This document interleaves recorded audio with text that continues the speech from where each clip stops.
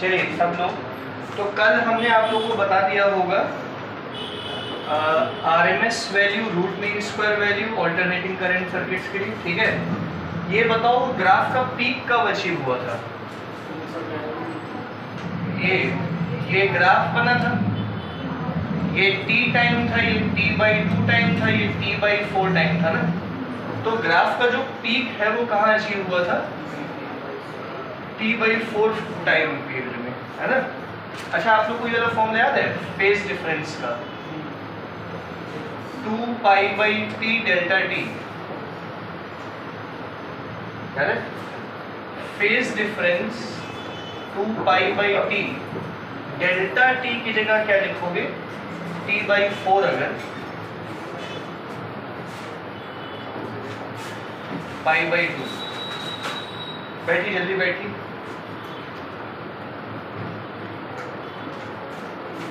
हाँ, तो हम क्या कह रहे थे बेटा? अगर टाइम पीरियड t/4 है, टाइम का डिफरेंस अगर t/4 हो, तो फेज का डिफरेंस कितना होगा? π/2। ये अभी आने वाले टॉपिक में काम आएगा, इसलिए मैं बता रहा हूँ आप लोगों को कि तभी बताने हैं। याद रखना बस इतनी चीज, t/4 phase time difference corresponds to π/2 का पाथ फेज डिफरेंस। ठीक है, ये भी काम आएगा। फिलहाल आप लोग टॉपिक डालो, टाइप्स ऑफ एसी सर्किट्स। बातें नहीं करिए बेटा। टाइप्स ऑफ एसी सर्किट्स, हमारे घरों में या हमारे आसपास इस्तेमाल होने वाले अलग अलग प्रकार के ऑल्टरनेटिंग करंट सर्किट्स के बारे में हम लोग को पढ़ना है। जिसमें पहला लिखिए, सर्किट कंटेनिंग रेजिस्टेंस ओनली। देखो, पहला है सर्किट कंटेनिंग रेजिस्टेंस ओनली। ठीक है, एक ऐसा सर्किट बनाएंगे हम लोग जिसमें केवल क्या होगा? देखो, ये इनपुट सप्लाई दी गई और इस सर्किट से कनेक्ट कर दिया गया एक रेजिस्टेंस। ये सिंबल किस चीज का है? ऑल्टरनेटिंग सप्लाई का है। ठीक है, जिसका फॉर्मूला होगा V = V0 sin omega t। Time के साथ वेरी करेगा ये करंट, सही है। V0 क्या बताया था मैंने? Peak voltage, instantaneous voltage, angular velocity, angular frequency, time, और ये रेजिस्टेंस R, सही है।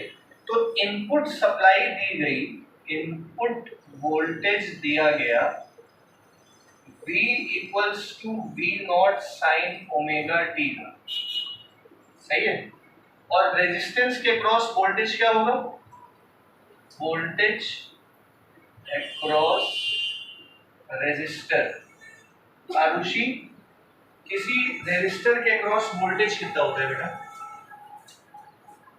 V = IR, सही है।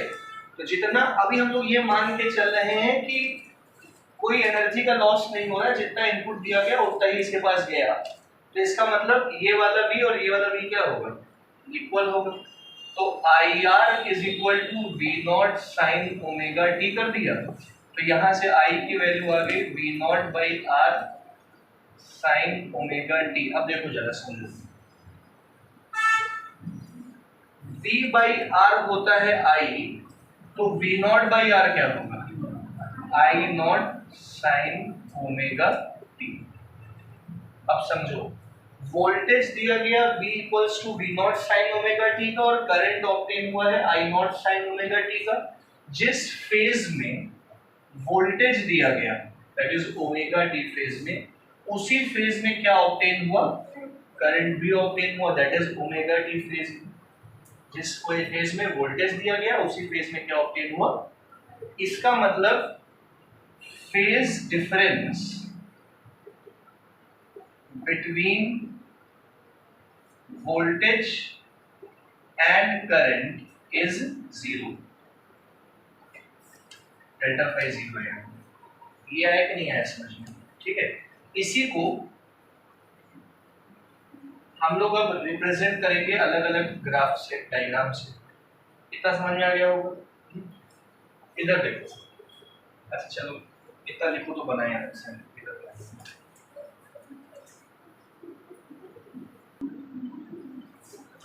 इसी में लिखो, देखो बेटा, ग्राफिकल रिप्रेजेंटेशन।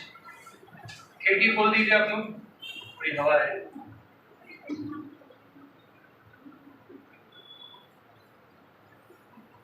अब ग्राफिकल रिप्रेजेंटेशन इसका समझिएगा, नजरे बोर्ड पर रखिए। हाँ, इनपुट दिया गया था v equals to V naught sine omega T का, output i equals to I naught sine omega T का मिला। हाँ, अब देखो बेटा सब लोग इधर नजरे बोर्ड पे, ठीक है। ये बनाया इनपुट वोल्टेज का ग्राफ, ये हो गया V नॉट मैक्सिमम वोल्टेज, ये V एंड I ग्राफ बना रहे हैं वर्सेस टाइम। ये एक टाइम पीरियड हो गया, ये T/2 हो गया, ये 3T/4। सही है, ये इनपुट वोल्टेज है।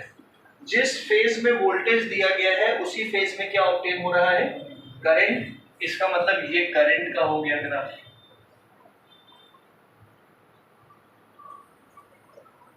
समझ आया? मतलब जिस टाइम पीरियड में वोल्टेज मैक्सिमम हो रहा है उसी टाइम पीरियड में करंट भी मैक्सिमम हो रहा है।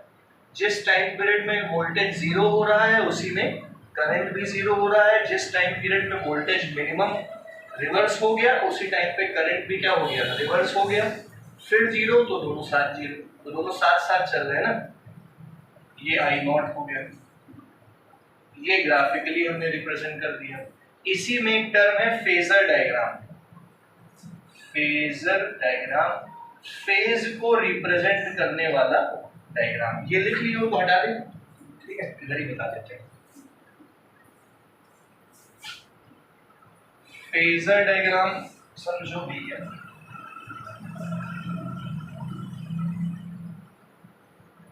हाँ भैया, यहां से देखोगे तो v equals to V naught sine omega T है अगर, तो v divided by V naught sine omega T हुआ। साइन थीटा होता है परपेंडिकुलर अपॉन हाइपोटेन्यूज। तो अगर एक ट्राइंगल यहां बनाए और इसको हम लोग क्या कह दें?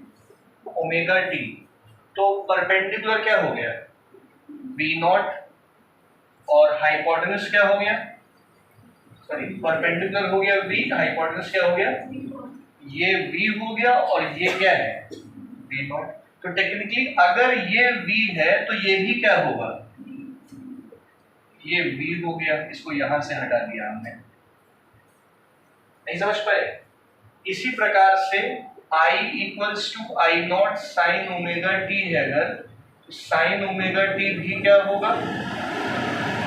i by I not. Omega T he angle है, मतलब इसी एंगल पे काम हो रहा है। सही है, तो ये हो गया आपका एक और ट्रायंगल। किसके लिए? आई ये है तो इसको भी आई ही बोलेंगे, ये आई तो ये भी आई। ये क्या होगा? आई नॉट। नहीं समझ में आया? बना लो।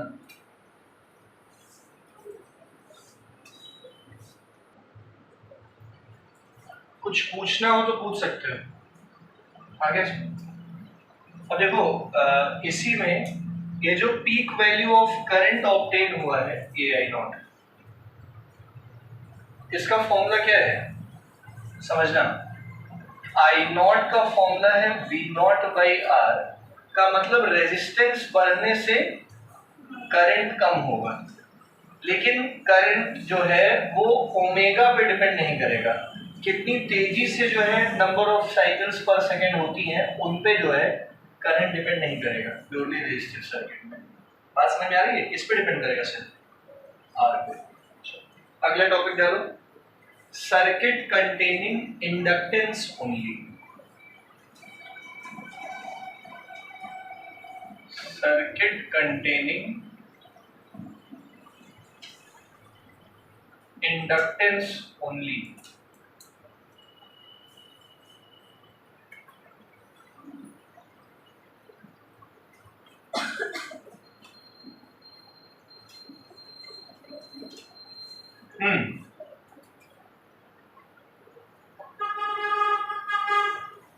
सभी लोग एक ऐसा सर्किट जिसमें सिर्फ इंडक्टर लगा हो, ये देखो पिछले चैप्टर में पढ़ा है ना, सेल्फ इंडक्टर, सेल्फ इंडक्टेंस। तो इनपुट सप्लाई दी गई है V equals to V naught sine omega T, ठीक है। अब सब लोग इधर ध्यान दो, इनपुट सप्लाई दी गई V equals to V naught sine omega T, ठीक है। और इंडक्टर जो है उसमें लेंस लॉ लगेगा, मतलब direction of induced EMF in this is such that it opposes the cause that produces it. मतलब इसका क्या हुआ कि वोल्टेज अक्रॉस इंडक्टर क्या होगा, E का फॉर्मूला क्या बताया था, minus L into D I upon D T, अगर याद आ रहा हो। अरे वो E L का फॉर्मूला था E upon D I by D T, आया। तो E का formula minus L D I by D T पिछले चैप्टर में। अब भैया इसका और इसका सम जो है, देखो बात समझना है, ये इनपुट सप्लाई दी गई और ये अपोज कर रहा है। अब हम कहना क्या चाह रहे हैं, नाउ लॉ ऑफ कंजर्वेशन लगा दो, given voltage plus used voltage is, यहाँ पे जीरो होगा क्योंकि कोई रेजिस्टर तो है नहीं कि हम आई आर लगा सकें। टोटल वोल्टेज किसके बराबर होना चाहिए, लेकिन यहाँ पे कोई रेजिस्टेंस तो है नहीं, इसलिए टोटल वोल्टेज को क्या ले लोगे, जीरो ले लो। तो V1 दिया गया V naught sine omega T और V2 कितना है minus L D I upon equal to zero. नहीं समझ पा रहे हो, ये दिया गया, ये अपोज हो रहा है, तो इसको उधर भेजो। तो V naught sine omega T equals to L D I by D T, तो V naught sine omega T D T divided by L equals to क्या हो गया, डी आई हो गया। ये तो छोटा करंट आ गया, टोटल करंट निकालने के लिए इसको इंटीग्रेट कर दोगे तो V naught by L integration sign omega T D T, सही है। साइन ओमेगा टी का इंटीग्रेशन क्या होता है, minus cos omega T divided by, और डी आई का इंटीग्रेशन आई हो गया। फॉर कन्वीनियंस जीरो से आई, जीरो से टी, तो हम लिमिट्स नहीं लगा रहे हैं, ठीक है। ये बन गया V naught by omega L minus cos omega T equals to कितना आ गया, आई। सुन रहे, तो V naught divided by omega L, अब ये स्टेप समझना, माइनस कॉस थीटा मतलब साइन थीटा माइनस 90। ये कहां से आया, ये आया, आप लोग को पता है कि साइन 90 माइनस थीटा होता है कॉस थीटा। अगर sine 90 minus theta cos theta है तो साइन थीटा माइनस 90 क्या बन जाएगा, माइनस कॉस थीटा। तो माइनस कॉस थीटा को साइन थीटा माइनस 90 कर दिया हम लोगों ने। समझ आया कि नहीं आया, आ गया, बहुत बढ़िया। अब जरा आप लोग नोटिस करो, तो पिछले वाले डेरिवेशन में जो ओनली रेजिस्टेंस वाला था उसमें यहाँ पे R था, तो V नॉट अपॉन R क्या बन गया था, I नॉट बन गया था। सुन रहे हो, यहाँ पे ओमेगा L है, तो ओमेगा इंटू एल को लेट कर लो XL। XL, अब वो XL क्या है अभी हम समझा रहे हैं आपको, यहाँ तक समझ में आ गया। ओमेगा एल को क्या लिखेंगे, XL लिख देंगे, sine omega T minus 90 equals to कितना आ गया, आई आ गया। जिस प्रकार पिछले डेरिवेशन में V naught divided by R को I नॉट बोला था हमने, है कि नहीं है, उसी प्रकार V naught divided by XL को यहाँ क्या बोलेंगे, I नॉट बोल देंगे। Sine omega T minus 90 equal to क्या हो गया, I। यहाँ तक बात समझ आई है? तो इसको थोड़ा डिटेल में समझाएंगे, फिलहाल ये लिखेंगे।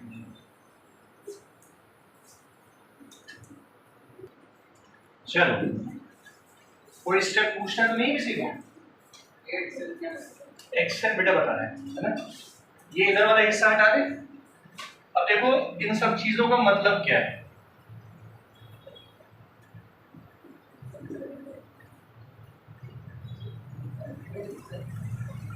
ध्यान दीजिएगा, हमने आपको बताया इनपुट दिया गया, इनपुट वोल्टेज दिया गया है V equals to V naught sine omega T, और आउटपुट जो करंट ऑब्टेन हो रहा है वो है I naught sine omega T minus pi by two. अब इसका मतलब क्या है कि जिस फेज में वोल्टेज दिया गया उससे 90 डिग्री कम फेज में क्या ऑब्टेन हो रहा है, मतलब 90 का मतलब मैंने आपको बताया था T/4 टाइम।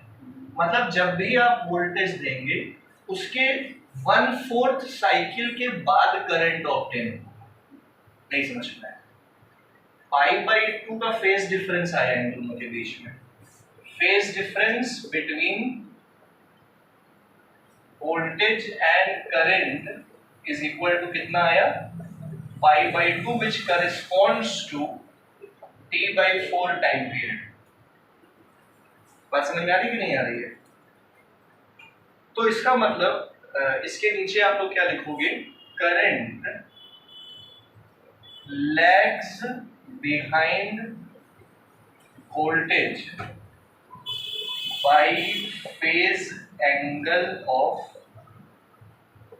पाई/2। करंट पीछे रह जाएगा T/4, जैसे ही वोल्टेज दोगे T/4 बाद करंट आएगा। वो बता रहा हूँ अभी एक्सेल क्या है, फिलहाल हम फेजर बता रहे हैं। हटा दें,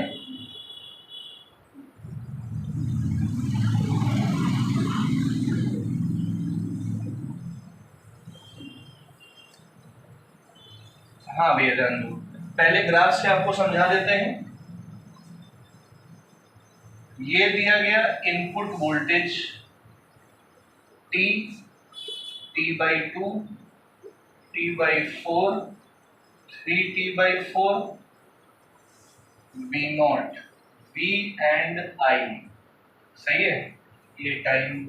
तो वोल्टेज तो वैसे ही दिया गया है, करंट जो है वो T/4 समय बाद जो है पकड़ेगा वोल्टेज को। तो उसका ग्राफ कैसे बनेगा, ऐसे बनेगा।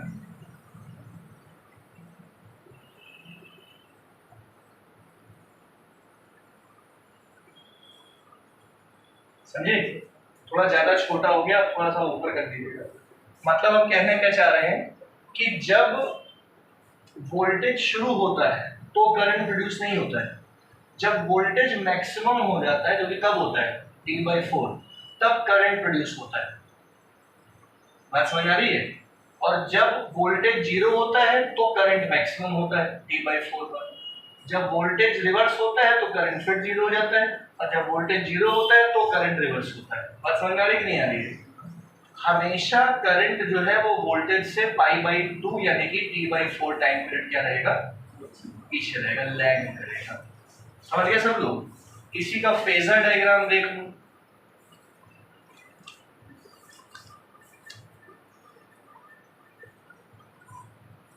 ये दिया गया इनपुट वोल्टेज, ये था V, ये क्या था, V नॉट, ये क्या था, ओमेगा टी, सेम पिछला वाला है। तो ओमेगा टी माइनस पाई/2 से क्या ऑब्टेन होगा, करंट। तो ओमेगा टी में पाई/2 कम कर दो तो यहाँ ऑब्टेन हो जाएगा आई, और ये क्या हो गया, आई नॉट। 90 डिग्री कम कर दिया हमने ओमेगा टी में। नहीं आया समझ में?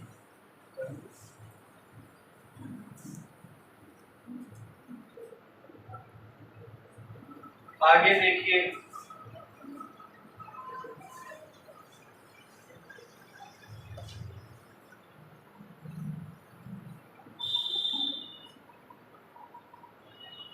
ये यहाँ पे ये ऐसे बढ़ता है, ये ऐसे घटता है, ठीक है। अब लिखो इसके बाद बेटा सब लोग, इंडक्टिव रिएक्टेंस लिखो, इंडक्टिव रिएक्टेंस एक्सेल, यही है वो एक्सेल, ठीक है। क्या है भैया इंडक्टिव रिएक्टेंस, सुन लो, अभी यही कर रहे हो क्या? करो करो जल्दी करो भाई, ज्यादा सजा के ना तुम फटाफट करो।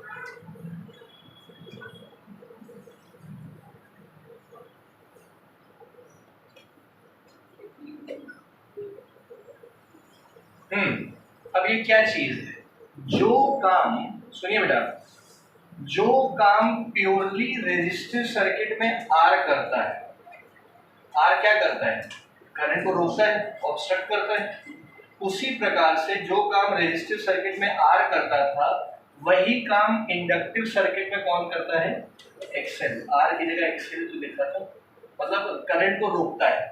कैसे रोकता है, रेजिस्टेंस करंट को रोकता है भाई, जैसे आपको पता है रेजिस्टेंस कैसे होता है?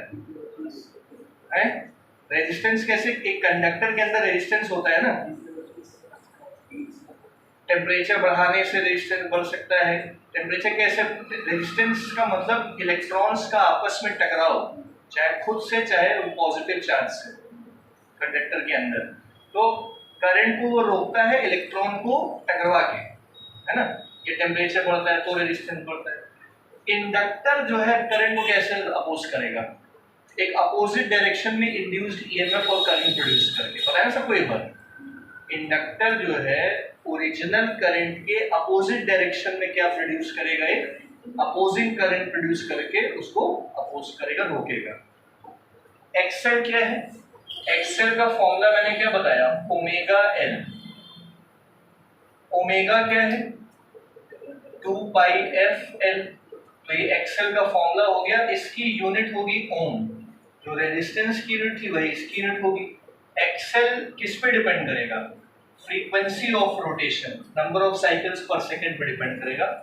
जैसे जैसे नंबर ऑफ साइकिल्स पर सेकंड बढ़ेंगे वैसे वैसे एक्सेल बढ़ेगा। अगर एक्सेल बढ़ेगा तो करंट घटेगा, सीधी सी बात है। पीक वैल्यू ऑफ करंट जो होगी, peak value of current frequency पे कैसे डिपेंड करेगी, वो घटेगी।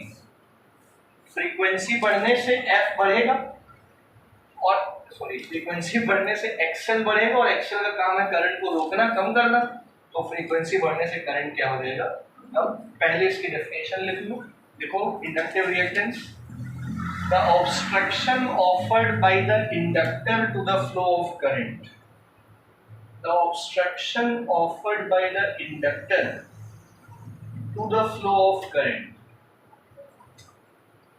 the obstruction offered by the inductor to the flow of current, उसके बाद ये लिख,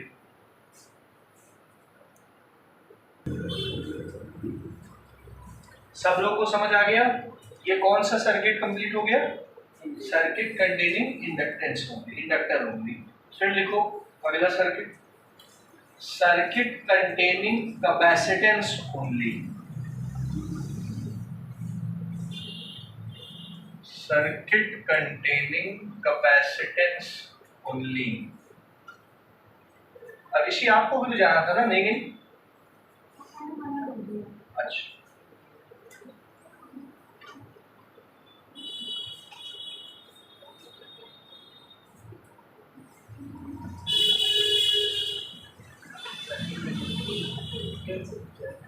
चलो भैया, एक ऐसा सर्किट जिसमें सिर्फ क्या हो, कैपेसिटेंस, ये दिया गया इनपुट, ये लगा दिया कैपेसिटर, इनपुट कितना V equals to V naught sine omega T, सही है।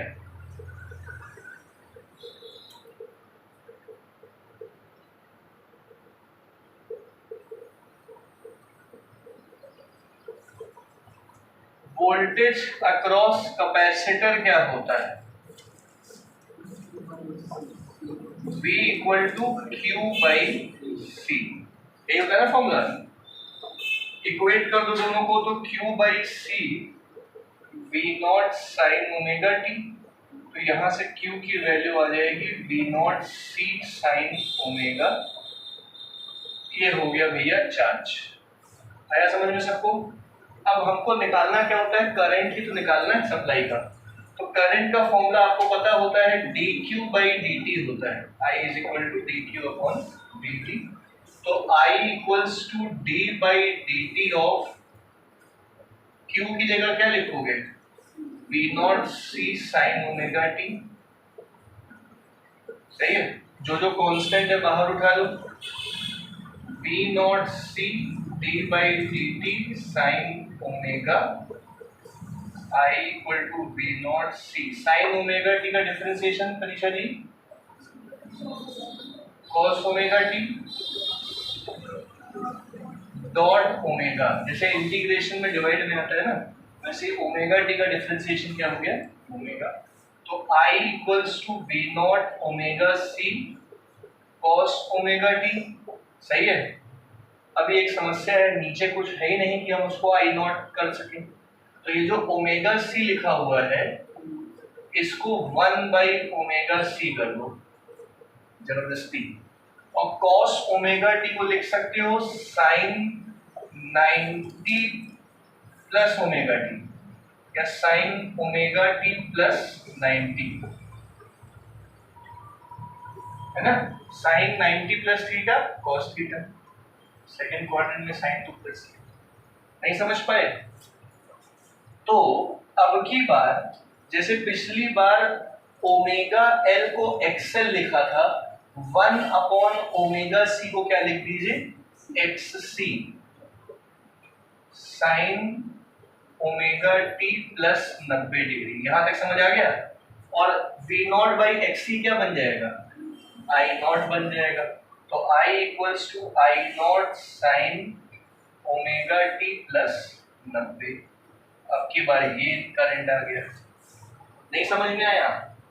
जो काम रेजिस्टिव सर्किट में आर कर रहा था, इंडक्टिव सर्किट में एक्सएल कर रहा था, कैपेसिटिव सर्किट में कौन करेगा, एक्ससी करेगा। इस बार करंट देखो 90 डिग्री आगे आ गया है, पिछली बार 90 डिग्री क्या था, लैग कर रहा था।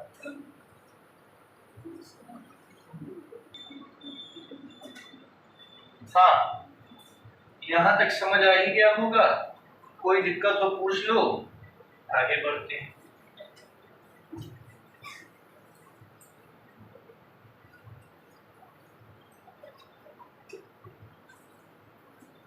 चलो ठीक, देखो भैया, तो अब की बार जो हम लोगों को जो इनपुट दिया था वो है V naught sine omega T, जो करंट ऑब्टेन हुआ वो मिला I naught sine omega T plus pi by 2, 90 degree आगे। इसका मतलब इसके आगे क्या लिखोगे, करंट लीड्स ईएमएफ या voltage by phase angle of.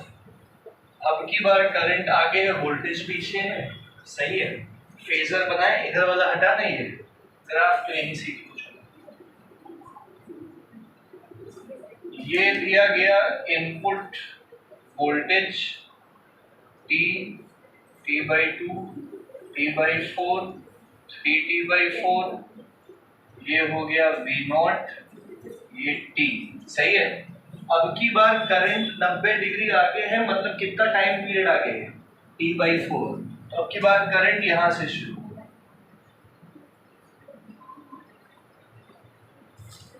सही है। ये हो गया आई नॉट। आगे समझ में?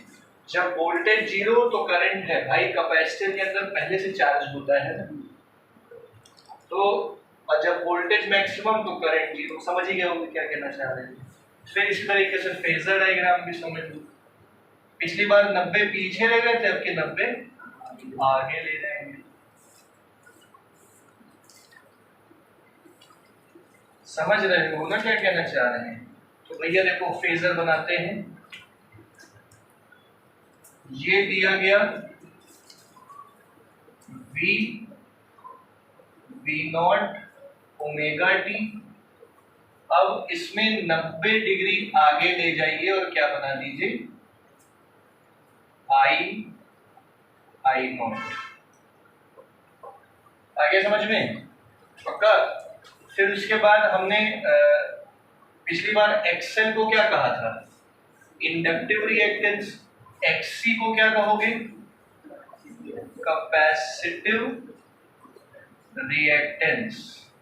सही है, कैपेसिटिव रिएक्टेंस वही जो काम एक्सेल करता है इंडक्टिव सर्किट में, रजिस्टर करता है रजिस्टिव सर्किट में।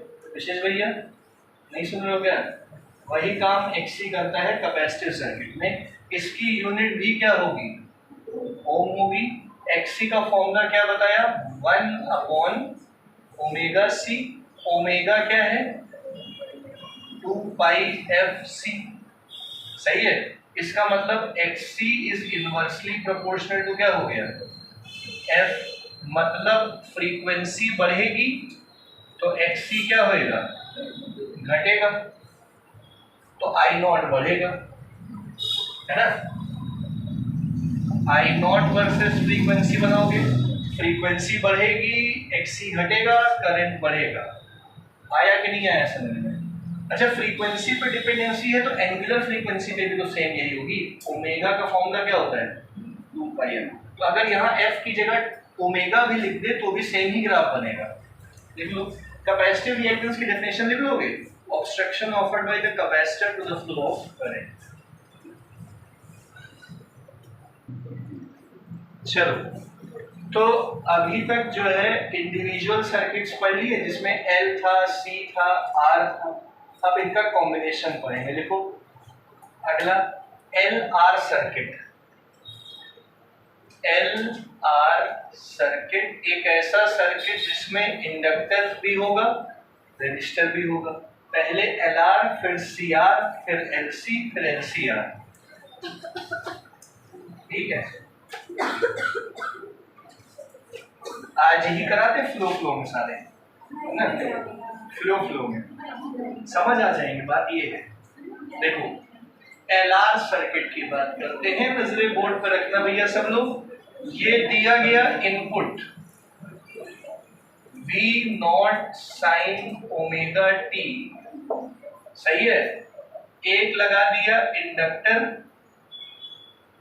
एक लगा दिया रेजिस्टर। यहाँ तक समझ में आ गया।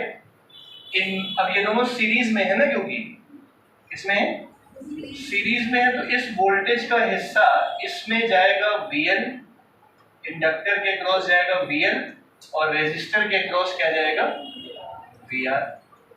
सब लोग समझ गए, बहुत सिंपल सा है भाई। रेजिस्टर के क्रॉस वोल्टेज होगा IR, इंडक्टर के क्रॉस वोल्टेज होगा I क्या, जो काम एक्सेल, जो काम रजिस्टर करता है वही इंडक्टिव सर्किट में कौन करता था, एक्सेल करता था। सही है ना। ठीक है, इधर देखो, फिलहाल तो नजरे बोर्ड पर रखो, समझ लो। हाँ, इनपुट दिया गया V equals to V naught sine omega T का, इसको साइड में रखो, कभी काम देगा तो देगा, देखा जाएगा। अब नजरे बोर्ड पर रखो, ये जो रेजिस्टिव सर्किट था, सुन रहे हो, उसमें वोल्टेज और करंट के बीच का फेज डिफरेंस कितना था, 0। तो हम लोगों ने रेजिस्टिव सर्किट का VR ऐसे बना दिया, ये बनाया VR। वेक्टर डायग्राम समझ लो एक तरीके से, ये है ना। ये वेक्टर क्वांटिटी नहीं है लेकिन हम एक डायग्राम बना रहे हैं। तो VR इधर बना दिया। जो इंडक्टिव सर्किट था उसमें करंट 90 डिग्री क्या था, पीछे। वोल्टेज 90 डिग्री क्या था, तो वोल्टेज 90 डिग्री आगे है, मतलब ये हो गया आपका VL, 90 डिग्री आगे। नहीं समझ में आया, ये VL, ये VR, और ये उसका रिजल्टेंट V। आगे समझ में। तो रिजल्टेंट और ये इन दोनों के बीच का एंगल कितना हो गया, 5। अगर ये VL है तो ये भी क्या होगा, VL होगा। अब हमको ये बताइए इस V का क्या फॉर्मूला होगा, √VR² प्लस VL स्क्वायर। ये आया समझ में कि नहीं आया समझ में। तो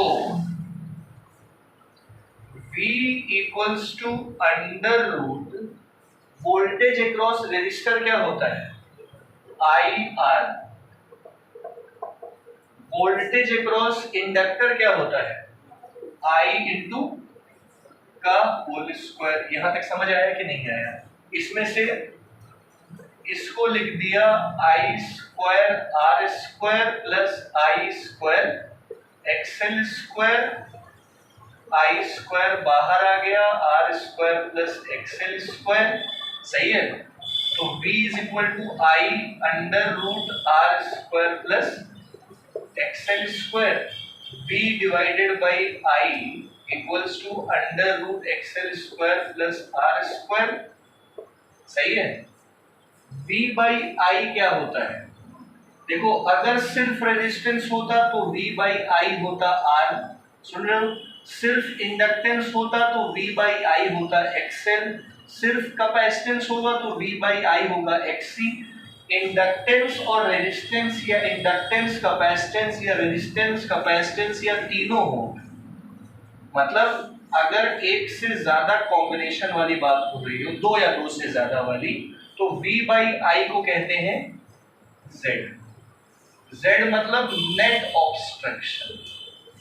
R का काम है अकेले रेजिस्ट करना, XL का काम है अकेले ऑब्स्ट्रक्ट करना, अपोज करना। Z का काम है कंबाइंड ऑब्स्ट्रक्शन, जिसे कहते हैं इम्पिडेंस। इम्पिडेंस का मतलब होता है net obstruction offered bye a combination of circuit. नहीं समझ पाए मेरी बात? इसकी यूनिट भी क्या होगी? ओम ही होगी। यहां तक समझ आ गया है? लगे हाथ एक बात और समझ लो, इसी ट्रायंगल में बताओ tan फाई क्या होगा? VL upon VR। tan phi equals to VL divided by VR। tan phi equals to VL को लिख सकते हो I इंटू XL, और VR को क्या लिखोगे?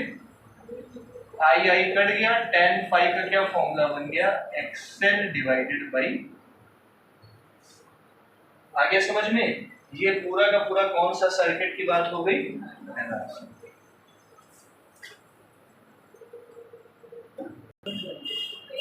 हाँ, कैच कर लेंगे। शाबाश, हो गया। चलो देखो सब लोग, ये कौन सा सर्किट हो गया? LR। फिर देखो CR सर्किट।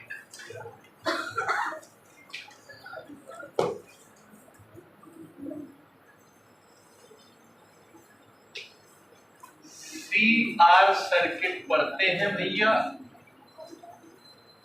वैसे है बहुत आसान, इसी में हम एडिट कर सकते थे, लेकिन अब बता ही देते हैं। इरेज करना बड़ी मेहनत का काम है। डिजिटल बोर्ड लगवा दें क्या है? फीस बढ़ जाएगी। पहले एसी लगा। हाँ वही एसी लगवाया पहले, ना बढ़िया मौसम है।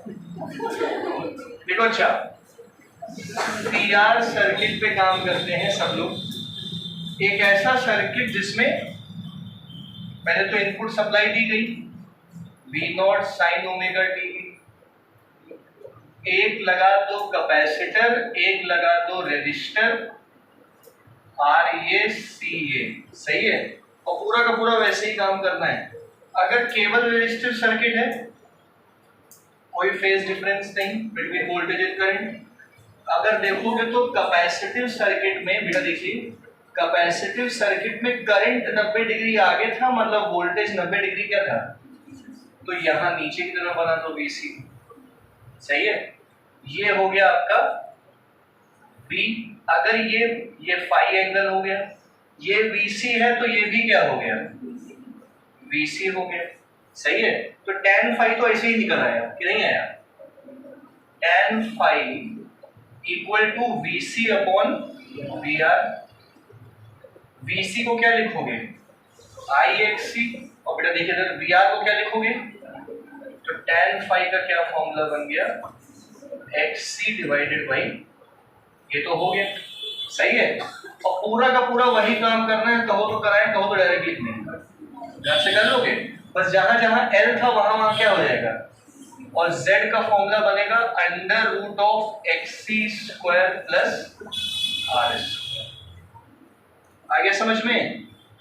कर लोगे, घर से करके आ जाओगे। ये वाला घर से कर देना, होमवर्क आपके लिए पूरा खुद से कर लेना।